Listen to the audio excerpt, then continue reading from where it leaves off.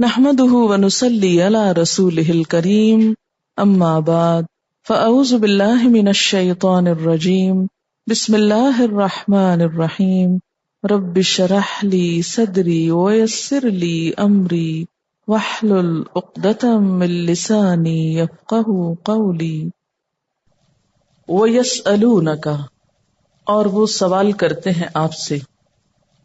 کنہوں نے سوال کیا تھا اس کے بارے میں؟ اہل مکہ نے آپ سے سوال کیا تھا۔ کس کے کہنے پر؟ یہود کے کہنے پر۔ کس کے بارے میں؟ عن ذی القرنین، ذی القرنین کے بارے میں، کہ وہ کون ہے، اس کا کیا قصہ ہے، کیا کہانی ہے۔ قل، آپ کہہ دیجئے، سأتلو، ان قریب میں پڑھ سناتا ہوں، علیکم، تم پر، منہ ذکرا، اس کے ذکر میں سے۔ یہاں پر لفظ ذکر قابل غور ہے۔ میں تم پر اس کا ذکر کرتا ہوں۔ ذکر کا لفظی معنی کیا ہوتا ہے؟ یاد دہانی، تذکیر، سبق آموزی۔ یعنی ذی القرنین کا واقعہ محض واقعہ نہیں، قصہ کہانی نہیں، بلکہ وہ کیا ہے؟ یاد دہانی ہے، سبق آموز چیز ہے۔ سوال یہ پیدا ہوتا ہے کہ ذو القرنین کون تھا؟ ذو القرنین، جیسا کہ آپ دیکھ رہے ہیں کہ ذو اور قرنین کا مجموعہ ہے۔ ذو کا مطلب ہوتا ہے والا، اور قرنین قرن سے تثنیہ ہے۔ قرن عربی زبان کا لفظ ہے جس کے معنی ہے سینگ، کنارہ، ایک صدی یعنی سینچری، امت، زلف یعنی بالوں کی لٹ، قوم کا سردار۔ قرن کے یہ سارے معنی ہیں۔ لیکن عام طور پر جب ذو القرنین کہا جاتا ہے تو اس کا معنی دو سینگوں والا کیا جاتا ہے۔ اس لقب کی کیا توجیہ ہے؟ اس کے بارے میں کئی ایک اقوال ہمیں ملتے ہیں۔ مثلا ایک معنی یہ کیا جاتا ہے کہ ذو القرنین دو مملکتوں والا تھا، یعنی روم اور فارس کا مالک تھا۔ قرن کا لفظ یہاں بطور استعارہ استعمال ہوا ہے حکومت کے معنی میں، تو مراد اس سے دو حکومتوں کا والی، یعنی ایک ایسا بادشاہ جو دو حکومتوں والا تھا۔ ایک دوسرا قول ہے قرن کا معنی ہے کنارہ، چونکہ وہ شخص فتوحات کرتا ہوا مشرق اور مغرب کے دو کناروں تک پہنچا، دو جہات تک گیا، دنیا کے دو حصوں کا مالک بنا، اس لیے اس کو ذو القرنین کہا گیا۔ تیسرا قول یہ ہے کہ اس کے سر میں دونوں طرف سینگ نما غدود ابھرے ہوئے تھے، یعنی سر پر کچھ ابھار تھے، اس کی وجہ سے اسے ذو القرنین کہا گیا۔ بعض کا کہنا یہ ہے کہ اس کی زلفیں دراز تھیں، یعنی بال لمبے تھے، تو وہ ہمیشہ اپنے سر کے بالوں کو دو حصوں میں کر کے دائیں اور بائیں دو کندھوں پہ ڈال لیتا، اس لیے اس کو ذو القرنین کہا گیا۔ بعض کہتے ہیں کہ اس کے سر کے دونوں جانب چوٹ کے نشانات تھے۔ بعض نے کہا کہ وہ نجیب الطرفین تھا، یعنی ماں باپ دونوں کی طرف سے اعلی نسب تھا، تو اس لیے ان کی نسبت سے اسے ذو القرنین کہا گیا۔ بعض کا خیال یہ ہے کہ وہ 2 صدیوں تک زندہ رہا۔ بعض کہتے ہیں کہ وہ جنگ کے دوران بیک وقت دونوں ہاتھوں سے ہتھیار چلاتا، یعنی دونوں ہاتھ اس کے مضبوط تھے، کام کرتے تھے۔ پھر یہ کہ اس نے زمین کے دونوں حصوں کی سیر کی۔ بعض کے خیال میں وہ ظاہری اور باطنی علوم کا ماہر تھا۔ اور ایک رائے یہ بھی ہے کہ اس زمانے میں بادشاہ ایسی ٹوپی یا خود پہنتے تھے کہ جس کے اوپر سینگ بنے ہوئے ہوتے تھے، تو اس سے وہ 2 سینگوں والا مشہور ہوا۔ یہ تو اس کا لقب تھا۔ اب اس کا نام کیا تھا؟ نام میں بھی اختلاف ہے۔ مثلا کسی نے اس کا نام عبداللہ بن ضحاک بتایا، کسی نے صعب، کسی نے منذر بن ابی القیس، کسی نے اسکندر، کسی نے فیبلس، کسی نے مرزبان، کسی نے کہا کہ وہ اسکندر اعظم تھا، اور اس کے علاوہ بھی بہت سے نام بتائے گئے. لیکن بات یہ ہے کہ قرآن نے کوئی بھی نام نہیں بتایا اور نہ ہی ذوالقرنین کا معنی بتایا. کیوں؟ اس لیے کہ قرآن پاک کا انداز یہ ہے کہ وہ ایسی تفصیلات سے گریز کرتا ہے جس سے انسان کو کچھ حقیقی معنوں میں فائدہ نہ پہنچے. کہیں مذکور نہیں قرآن پاک میں کہ اس کا اصل نام کیا تھا، کس علاقے کا بادشاہ تھا، کس قوم سے تعلق رکھتا تھا، کس دور میں وہ بادشاہ بنا تھا، مغربی جانب کس علاقے میں پہنچا اور مشرقی جانب کس علاقے میں پہنچا. ان سب امور کی تحقیق بعد کے مفسرین نے کی ہے اور ان کے درمیان ان معلومات کے بارے میں بہت اختلاف ہوا ہے. ہر ایک نے اپنی سمجھ کے مطابق اپنی رائے کا اظہار کیا، لیکن کسی بھی بات کو ہم یقینی بات نہیں کہہ سکتے. اس لیے اس پر بہت وقت لگانے کی بجائے کہ وہ تھا کون، اس پر وقت لگانے کی ضرورت ہے کہ اس کی شخصیت کیا تھی جو قرآن کی آیات میں ابھرتی ہے اور اس میں ہمارے لیے کیا سبق ہے. وَيَسْأَلُونَكَ عَنْ ذِي الْقَرْنَيْنِ، یہ آپ سے ذوالقرنین کے بارے میں سوال کرتے ہیں، ذوالقرنین کے بارے میں پوچھتے ہیں. قُلْ سَأَتْلُو عَلَيْكُمْ مِنْهُ ذِكْرًا، ان سے کہیے کہ میں اس کا کچھ ذکر تم کو سناتا ہوں، کچھ حال تمہیں سناتا ہوں، اس کی کچھ حقیقت بتاتا ہوں. اِنَّا مَكَّنَّا لَهُ فِي الْأَرْضِ، وہ ایک ایسا شخص تھا جسے ہم نے زمین میں اقتدار بخشا.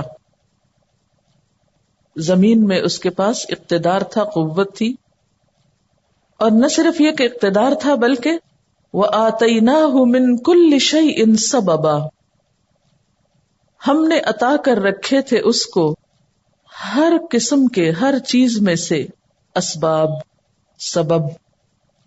سبب کا لفظی معنی ہے رسی، مراد ہے ذریعہ اور وسیلہ جو حصول مقصد کے لیے استعمال کیا جاتا ہے. ساز و سامان اور وہ وسائل جن سے اس نے کام لے کر فتوحات حاصل کی. اور من کل شیء سببا، تو اس کا مطلب یہ ہے کہ ہر قسم کے وسائل تھے. ہر قسم کے وسائل میں مین پاور بھی آتی ہے، دیگر ریسورسز بھی آتے ہیں، عقل اور سمجھ اور شعور بھی آتا ہے، یعنی مادی، عقلی، علمی، ہر طرح کے اسباب. یعنی صرف فزیکل ریسورسز نہیں بلکہ روحانی، علمی، عملی قوتیں بھی. امیجن کر رہے ہیں ذوالقرنین کو، ایک بادشاہ جس کے پاس اقتدار بھی ہے اور ہر طرح کے، ہر قسم کے وسائل ہیں، ریسورسز ہیں. اس کے ساتھ ساتھ بہترین رشد کا مالک ہے، بہت سمجھ بوجھ رکھتا ہے. اس لیے اس نے کیا کیا؟ فَأَتْبَعَ سَبَبًا، اسباب کی پیروی کی، اسباب کے پیچھے لگ گیا، اسباب کا اتباع کیا. اتباع کا معنی آپ جانتے ہیں، پیچھے لگنا، درپے ہونا، تعاقب کرنا، فالو کرنا، چیز کرنا. فَأَتْبَعَ، تو وہ پیچھے لگ گیا کس کے؟ سببا، اسباب کے. یعنی اللہ نے اسے جو اسباب عطا کیے تھے اس نے ان کو ضائع نہیں کیا بلکہ انہیں استعمال کیا، اور صرف استعمال نہیں کیا، بہت اچھی طرح استعمال کیا. ان کے پیچھے لگ گیا یعنی پوری طرح انہیں استعمال کیا. بات یہ ہے کہ تھوڑے یا زیادہ ہر انسان کو ریسورسز تو نصیب ہوتے ہیں، ملتے ہیں اللہ کی طرف سے. کچھ لوگ ان ریسورسز سے بہترین کام لیتے ہیں اور کچھ لوگ انہیں ضائع کر دیتے ہیں. لیکن اس کی خوبی کیا تھی کہ اس نے وسائل سے کام لے کر ان سے مزید وسائل پیدا کیے. مثلا لوہے سے کام لے کر ہتھیار بنائے، پھر ہتھیاروں کا استعمال، یعنی ایک کے بعد ایک چیز کو وہ کام میں لاتا گیا. اب آپ دیکھیں کہ لفظ سبب جو ہے رسی کے معنوں میں، تو رسی کی کیا تصویر آپ کے ذہن میں آتی ہے؟ یا تو ایسی چیز ذہن میں آتی ہے جیسے دو چیزوں کو باندھی ہوئی ہے، یا یہ کہ بل کھاتی. تو بل کھانا کس چیز کا سمبل ہے؟ یعنی کنٹینویشن ہے، یعنی ایک چیز میں سے دوسری، دوسری سے تیسری. چین بھی تو سبب ہی ہے نا، ایک رسی ہے، وہ لوہے کی ہوتی ہے، وہ دوسری رسی عام جو ہوتی ہے وہ کچھ اور مٹیریل کی بنی ہوتی. تو آپ یوں سمجھے کہ سبب کا لفظ آتے ہی ایک چین کا تصور ذہن میں آتا ہے، اور چین جو ہے وہ ایک رنگ کے اندر دوسرا، دوسرے کے اندر تیسرا، اور مستقل طور پر ایک چیز بنتی چلی جاتی.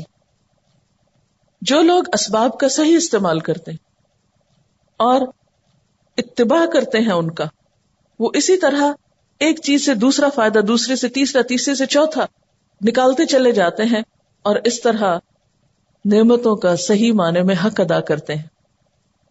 ہمارے ہاں تصور یہ ہے کہ اللہ نے جو نعمتیں دی ہیں ان کے بارے میں بھی ایسی عاجزی انکساری کرو کہ کبھی چاہو تو استعمال کرو، نہیں تو پڑی رہیں. اپنی عقل، سمجھ، علم، ہر چیز سے ہمارا معاملہ یہی، نہ ہم ان کو حاصل کرنے میں حریص ہیں کہ صحیح استعمال کریں، اور نہ ہی مل جائیں تو صحیح استعمال کرنے کے لیے ہم آگے بڑھتے ہیں. اور اس کی بنیادی وجہ سستی، نام ہم نے اس کو سادگی کا دے رکھا ہے. مغربی اقوام نے اس وقت وسائل کو استعمال کیا ہے اور پے در پے کیا ہے، یعنی جس کو آپ دوسرے معنوں میں ری سائیکلنگ بھی کہہ سکتے ہیں. یعنی ایک چیز اگر ویسٹ ہوئی تو اس سے دوسری، پھر دوسرے سے تیسرے، تیسرے سے چوتھی چیز. تو یہ ہوتا ہے اتباع سببا. ٹھیک ہے نا، سبب تو ہے ہمارے پاس، چیز ہے، مٹیریل ہے، لیکن ہم یا تو اسے ویسٹ کرتے ہیں، تھوڑا سا استعمال کیا باقی پھینک دیا، کچھ توڑ دیا، کچھ ضائع کر دیا، کچھ پڑا رہا ایسے بیکار، زنگ لگتا رہا اس کو، لیکن استعمال نہیں ہم جانتے. اور جو لوگ عقل استعمال نہیں کرتے وہ اسباب کو بھی پھر ضائع کرتے ہیں. لیکن ذوالقرنین کی خوبی یہ تھی کہ اس نے اسباب کو استعمال کیا، اور کرتے کرتے اتنی ترقی حاصل کی، ایسی قوت اس کو حاصل ہوئی، حتی اذا بلغ مغرب الشمس، یہاں تک کہ جب وہ پہنچا سورج کے غروب ہونے کی جگہ، مغرب الشمس. اب یہ کہنا کہ سورج ایک خاص جگہ پر جا کر غروب ہوتا ہے، تو بات یہ ہے کہ سورج تو ہر دم غروب بھی ہو رہا ہے اور ہر دم طلوع بھی ہو رہا ہے. لیکن پھر اس سے مراد کیا ہے؟ مراد اس سے یہ ہے کہ ذوالقرنین ملک پہ ملک فتح کرتے اس مقام پہ پہنچا جہاں آبادی کی آخری حد تھی، اور اس کے بعد آگے پانی تھا، اور پانی بھی گدلا تھا، گدلے پانی کا چشمہ یا سمندر تھا جو نیچے سے سیاہ معلوم ہوتا تھا. وجدہا، پایا اس کو، کس کو؟ سورج کو، تغرب، غروب ہو رہا ہے، فی عین، ایک چشمے میں، حمئۃ، گدلے یا کیچڑ والے میں. بعض چشمے بہت کرسٹل کلیئر پانی والے ہوتے ہیں، اس کی سطح سے دیکھیں تو نیچے تک کے پتھر اور تہہ بھی نظر آ رہی ہوتی ہے، اور بعض ایسے ہوتے ہیں کہ وہ نیچے سے ان کا گدلا پن دکھ رہا ہوتا ہے. بہرحال ایسا چشمہ تھا یا پانی کا ایسا اجتماع تھا کہ جو دیکھنے سے گدلا محسوس ہو رہا تھا. اور جب سورج غروب ہوتا تو وہاں کیا محسوس ہوتا؟ گویا سورج پانی کے اندر اتر رہا ہے، کیونکہ پانی گدلا تھا نا. تو جیسے سورج اترا تو فوراً ہی اس کا اثر اور روشنی، ہر چیز ختم سی ہو گئی، غائب ہو گئی، گویا وہ اندر ڈوب گیا. وہ جگہ ایسی تھی، ووجد عندہا قوما، تو اس نے وہاں پر ایک قوم کو پایا، وہاں اسے ایک قوم نظر آئی. قلنا یا ذا القرنین، ہم نے کہا اے ذوالقرنین، اما ان تعذب، خواہ تم ان کو عذاب دو، سزا دو، و اما ان تتخذ فیہم حسنا، اور خواہ تم ان میں بھلائی رکھو، یعنی چاہو تو انہیں سزا دو، چاہے تو ان کے ساتھ احسان کرو. اس سارے جملے سے کیا بات پتہ چلتی ہے کہ ذوالقرنین بہت بڑا فاتح تھا، علاقوں پر علاقے فتح کرتے کرتے خشکی کی آخری حد پہ جا پہنچا، اور چونکہ فاتح کی حیثیت سے وہاں داخل ہوا تو اس لیے اللہ تعالی کی طرف سے اسے الہام ہوا کہ خواہ تم ان لوگوں کو سزا دو ان کے جرائم کی وجہ سے، یا تم ان کے ساتھ چاہو تو احسان کرو. اب یہ جو لفظ ہے نا، قلنا، ہم نے کہا، کس کو کہا؟ ذوالقرنین کو. اس سے بعض لوگوں نے یہ بحث نکالی کہ ذوالقرنین نبی بھی تھا. تو یہاں پر قلنا سے مراد وہ خفیہ اشارہ ہو سکتا ہے یا الہام ہو سکتا ہے جو کسی بھی انسان کے دل میں کسی کام کے موقع پر اللہ تعالیٰ کی طرف سے ڈالا جاتا ہے یا کسی اہم کام کے موقع پر. مثلا حضرت موسیٰ کی والدہ کے دل میں بھی خیال ڈالا گیا تھا, تو اس کے لیے قرآن پاک میں کیا لفظ آتا ہے؟ اوحا کا, یعنی خفیہ اشارہ کیا. اسی طرح حضرت مریم علیہ السلام کے لیے بھی ایسے الفاظ آتے ہیں. تو انبیاء علیہ السلام کے علاوہ دوسرے لوگوں کے دل میں بھی جو باتیں ڈالی جاتی ہیں ان کے لیے ایسے الفاظ استعمال ہو سکتے ہیں جس سے معنی یہ نکلتا ہو کہ یہ خیال اللہ ہی کا ڈالا ہوا تھا. کیا آپ اپنی عام گفتگو میں یہ نہیں کہتے اللہ نے میرے دل میں خیال ڈالا تو میں نے یہ بات یوں کر لی یا یہ کام یوں کر لیا؟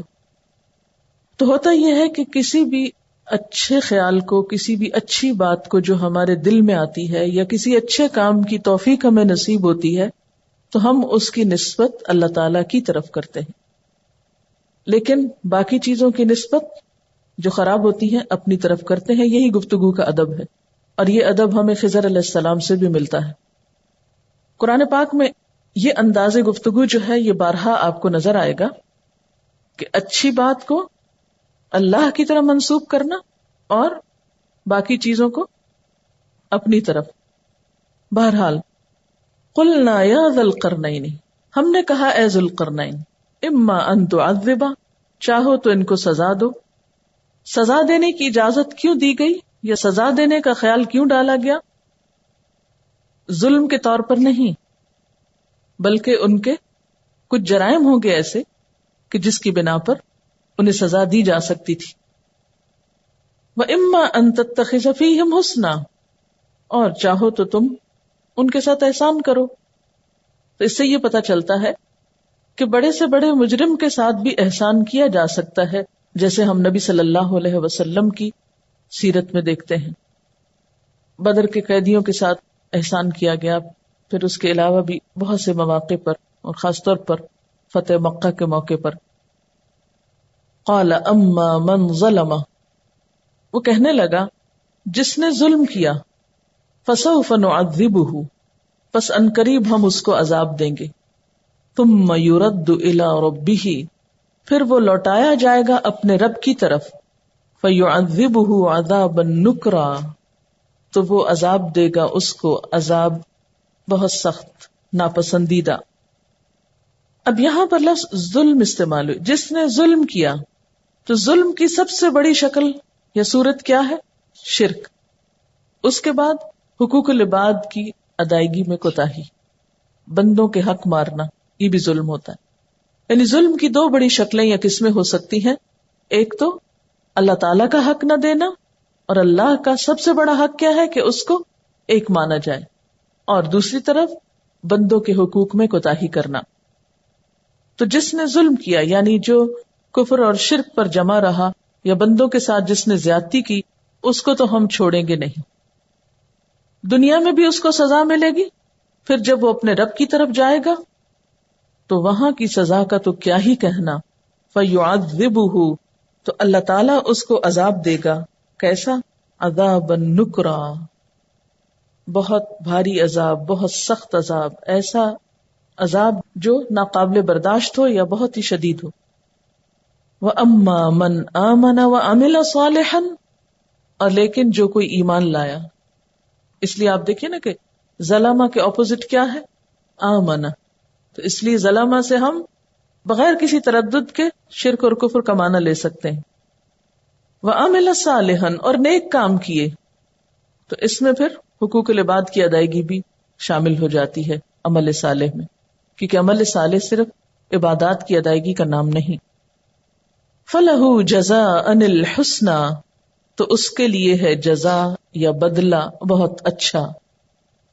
وَسَنَقُولُ لَهُ مِنْ أَمْرِنَا يُسْرًا, اور عنقریب ہم کہیں گے اس کو اپنے احکام میں سے آسان. مراد اس سے کیا ہے کہ ہم اس کو نرم احکام دیں گے, یعنی جو نیکی کی روش اختیار کرے گا اس کے لیے ہمارے احکامات نرم ہوں گے, ان کو ہم چھوٹ دیں گے, رخصت دیں گے, سہولت دیں گے, مراعات دیں گے. کتنا بہترین طرز حکومت ہے نا. فاتح بن کر ایک قوم میں داخل ہو رہا ہے, اختیار ہے اس کے پاس, چاہے تو خوب سزا دے, چاہے تو چھوڑ دے. کتنے عدل کی بات کرتا ہے کہ جس نے ظلم کیا اس کی تو پکڑ ہوگی, اور جس نے اچھا کیا اس کو شاباش ملے گی, اور اس کے لیے بہت سی مراعات ہوں گی, فیسلٹیز ہوں گی.